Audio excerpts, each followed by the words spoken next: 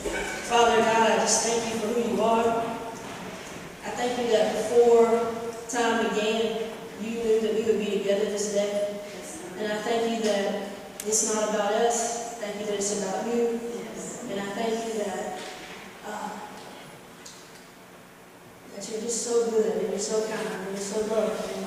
I just pray, Father, truly, truly, that the words of my mouth and the meditations of my heart would be acceptable in your sight, and that we would look unto you, the author and finisher of our faith, and not look anywhere else because we'll be disappointed. Amen.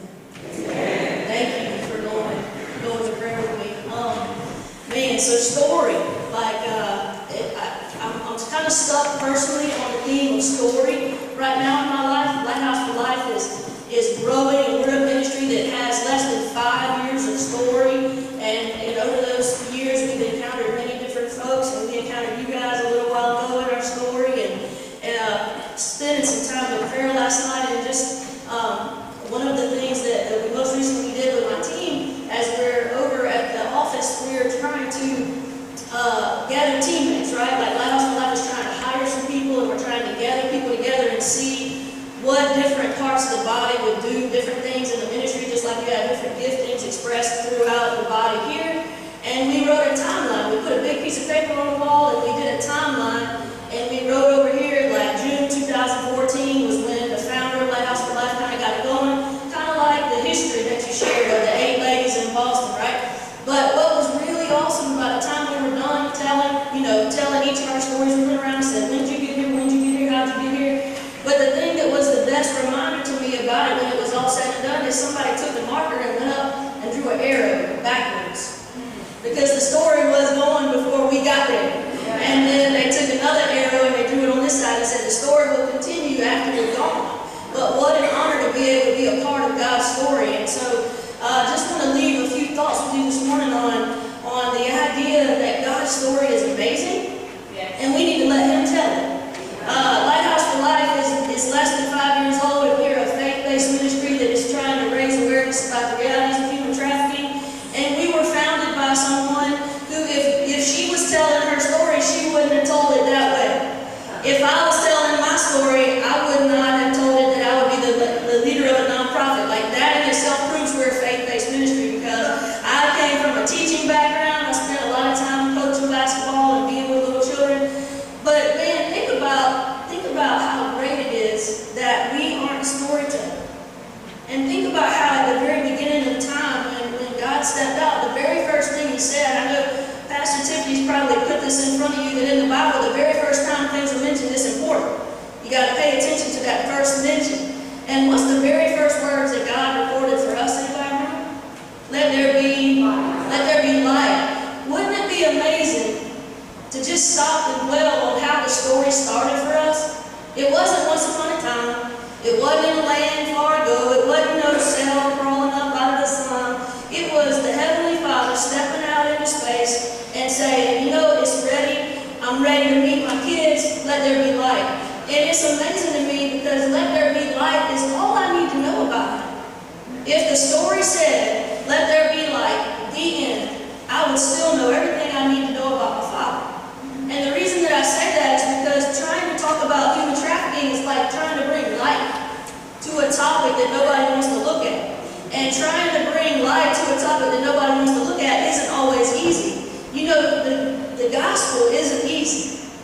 It is, it's fact-based and it's love-based, and Jesus came to earth and He was the first volunteer and the first missionary and all these kind of things, and He was a perfect guy, but He got rejected, so how are you going to expect for you not to be rejected sometimes? We put on light, right? But we have seen a great light and the Father of lights, and in Him is no darkness, right? And there's just on and on. The story of light is throughout the gospel, and the story of grace is throughout the gospel.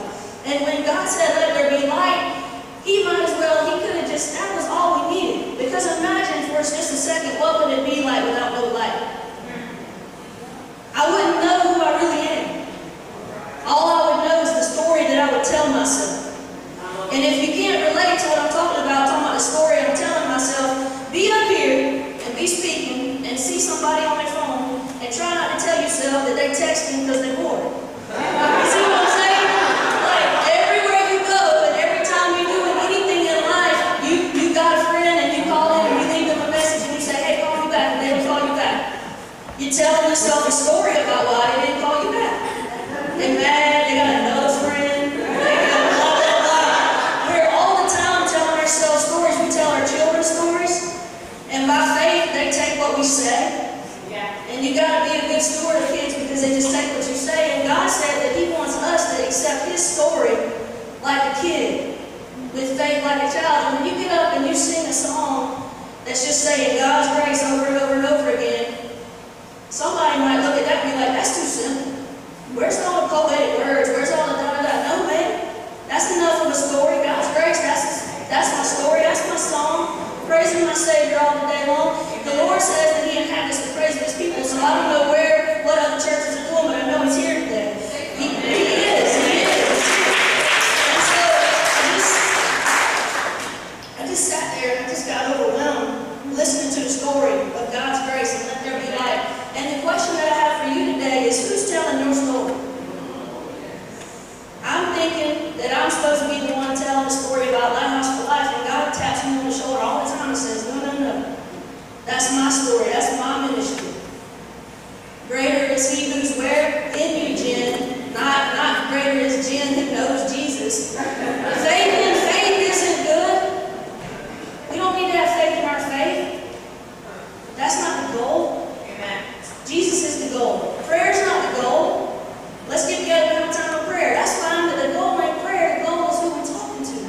And so you gotta I just want to share with you the idea that as Lighthouse for Life is trying to grow, we're trying to raise awareness about the fact that human trafficking exists in Colombia, about the fact that people are taking advantage of our children and trying to tell them a story that changes how they see themselves and tell them that their family's not for them and that they're for them and that they can be the father figure they never had and they can give them cash that they don't have and that they can provide for them something they don't have and they can protect them from something that they need protecting from.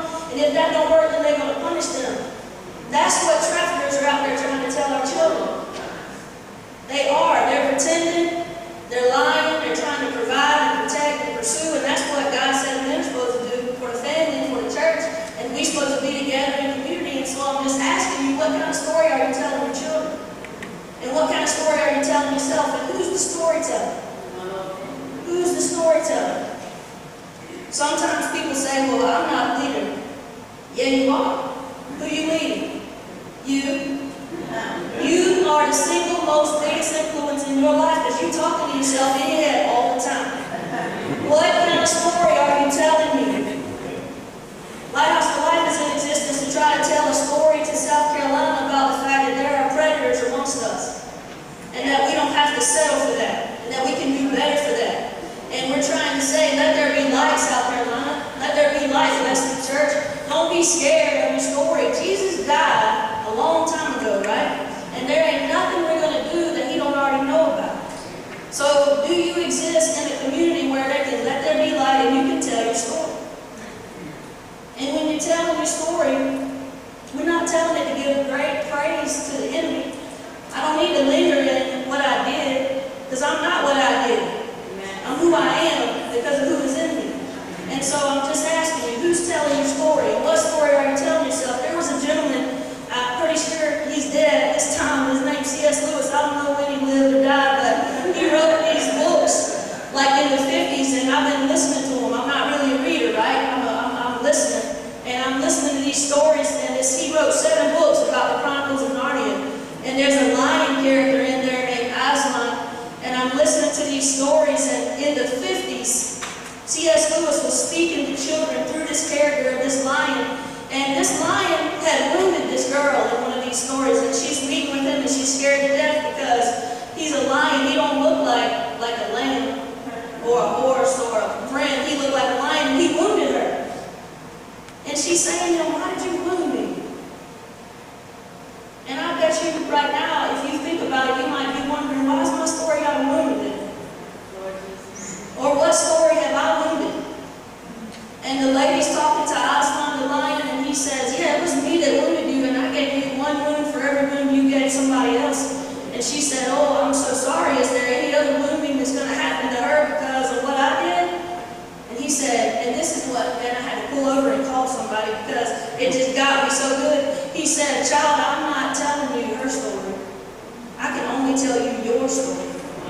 And so, man, if we could get a hold of that, if Lighthouse would like to get a hold of that, and not be worried about what this agency's doing and that agency's doing, it would give us freedom to operate in community and not competition. Yeah. You see how we need to apply this? We can apply this to the nonprofit world. We can apply this to the body of Christ and worship together and reconcile.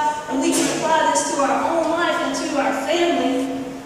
And if I'm not telling myself a made-up story about what I think you think about me, when you ain't thinking about me, you think about what I'm thinking about you. That's what it means.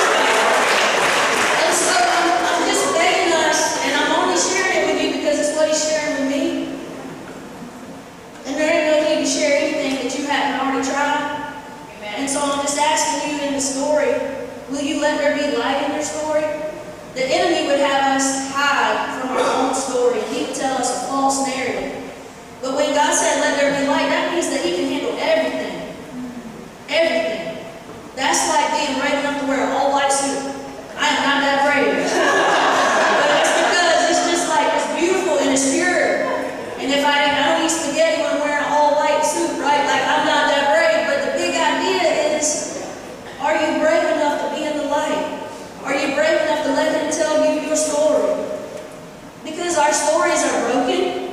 Our stories are painful. There's deception in our stories and mistakes in our stories. And we would cast rocks at other people instead of figuring out our own story.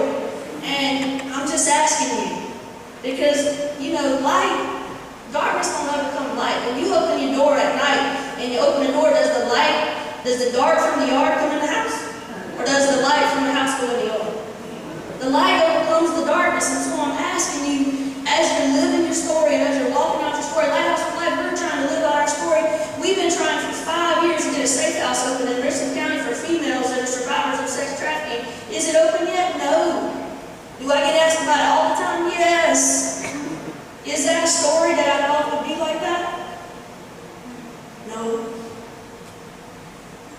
If you said to me 4 years ago, hey, you want to quit what you've been doing and do something you never knew how to do, and in 4 years it ain't going to be done, I wouldn't have done it. I'm not supposed to know the story, or else I wouldn't engage, I wouldn't turn the page. You're not supposed to know the story. I'm only supposed to know the day, and I'm only supposed to know the story writer, the storyteller. I want to tell you one other thing about your story. And the story that Satan tries to tell versus the story that the Savior tells. You start in the Genesis and he says, let there be light. And then you go over and you start Jesus' ministry. And he did this miracle, right, at the wedding.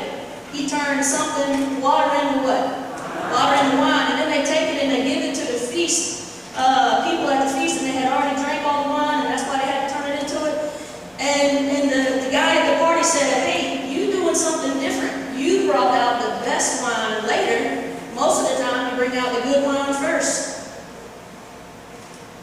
And I want to just tell you, this didn't come from my idea.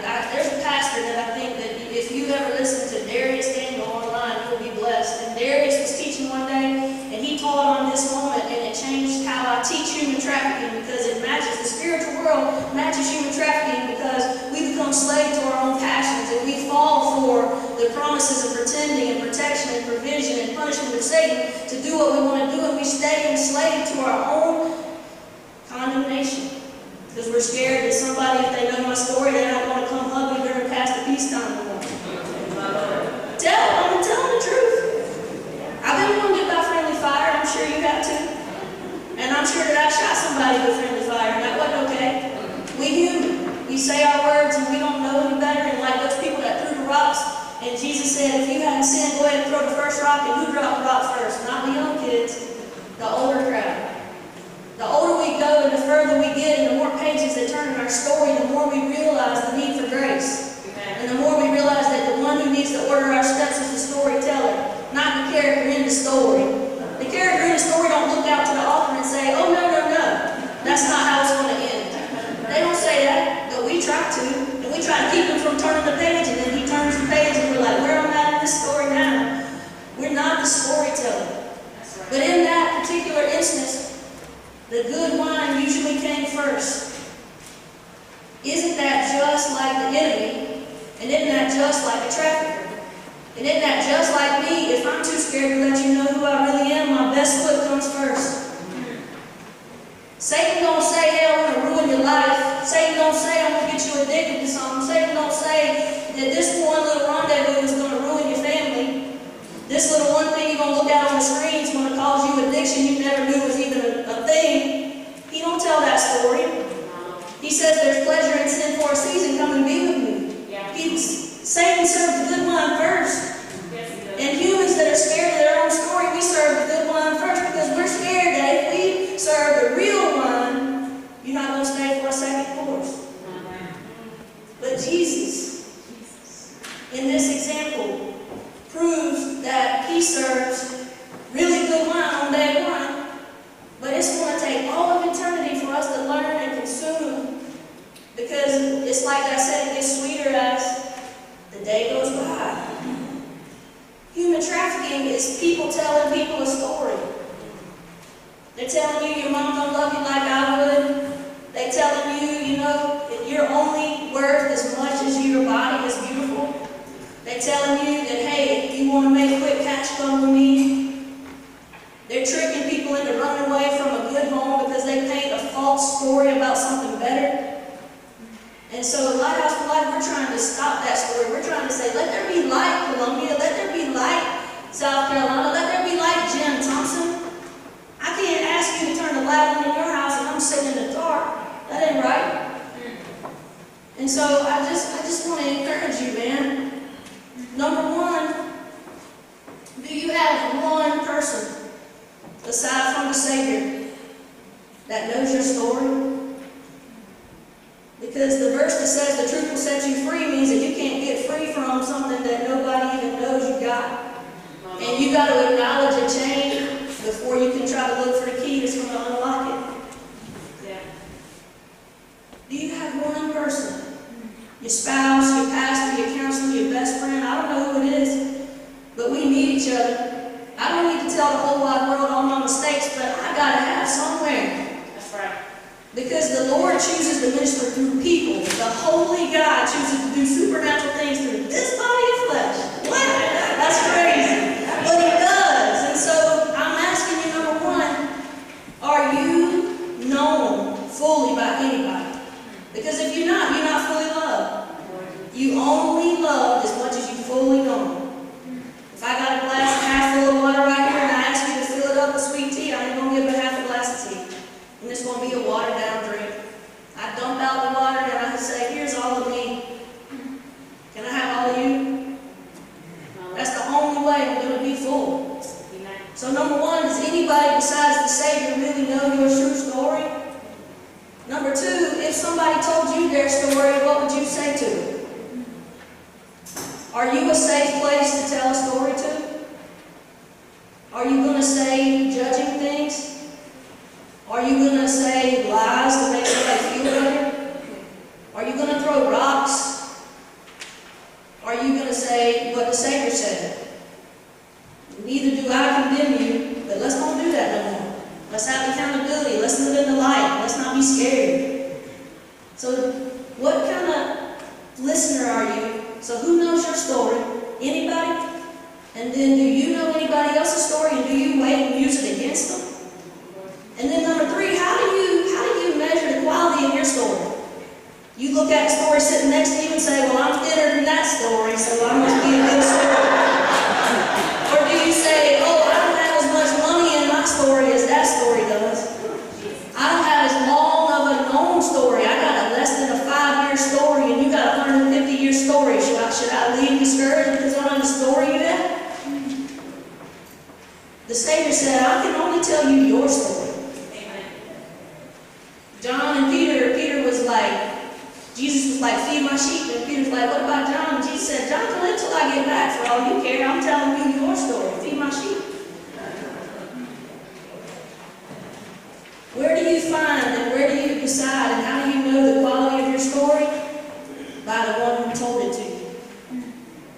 And the best part is He don't serve the best wine first and the garbage last. Satan starts his story real pretty, real enticing, real encouraging. Just like human trafficking looks good on the front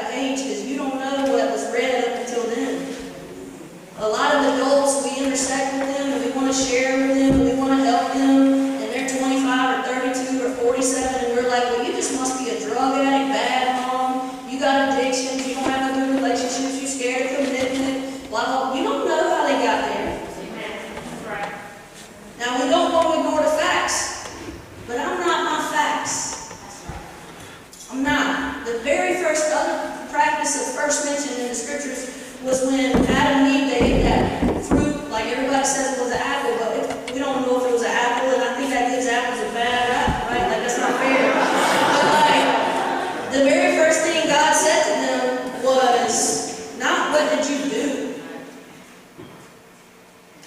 Where are you? The story teller knows the facts about what's going to happen in the story, but he didn't write the story for the facts, he wrote the story for the characters. And he said to Adam and Eve, he just wanted to call attention to them about, where are you? Are you still with me? Are you still in my story? And who told you the false narrative that made you be separated from me in your story? Eventually he said, yeah, you ate the fruit I told you not to, and then he's like, hey, the woman made me do it. But the big idea is not the act. Everybody already knew the act. So when we have friends and family and children, and they mess up, and they make a mistake, and they do something in their story that's not a good idea, do we need to remind them over and over and over again about how dumb that was? We just need to say to them, where are you? Because if I feel like I can't get any affirmation from a guy and I'm in high school and I have to send him a naked picture of me to get him to love me, I don't need you to remind me of how desperate that was. I don't need you to say, why'd you do that? I know why I did it. You might want to consider how long I tried not to before you fuss at me too much. But we really just want to say, baby girl, where are you? How are we not together right now? Who told you that that's what it took to get a love? Where are you? Let's get back together. And that's what the Father does. That's what the story writer does. He just wants to be with us. He models vulnerability. He's not scared to say, I don't know. God is so big, he lets himself be limited by us. And then he asks us a question just to get us to say the answer back out loud so we'll hear it not from his mouth. You would think that I would have some kind of really great way to end, and I don't.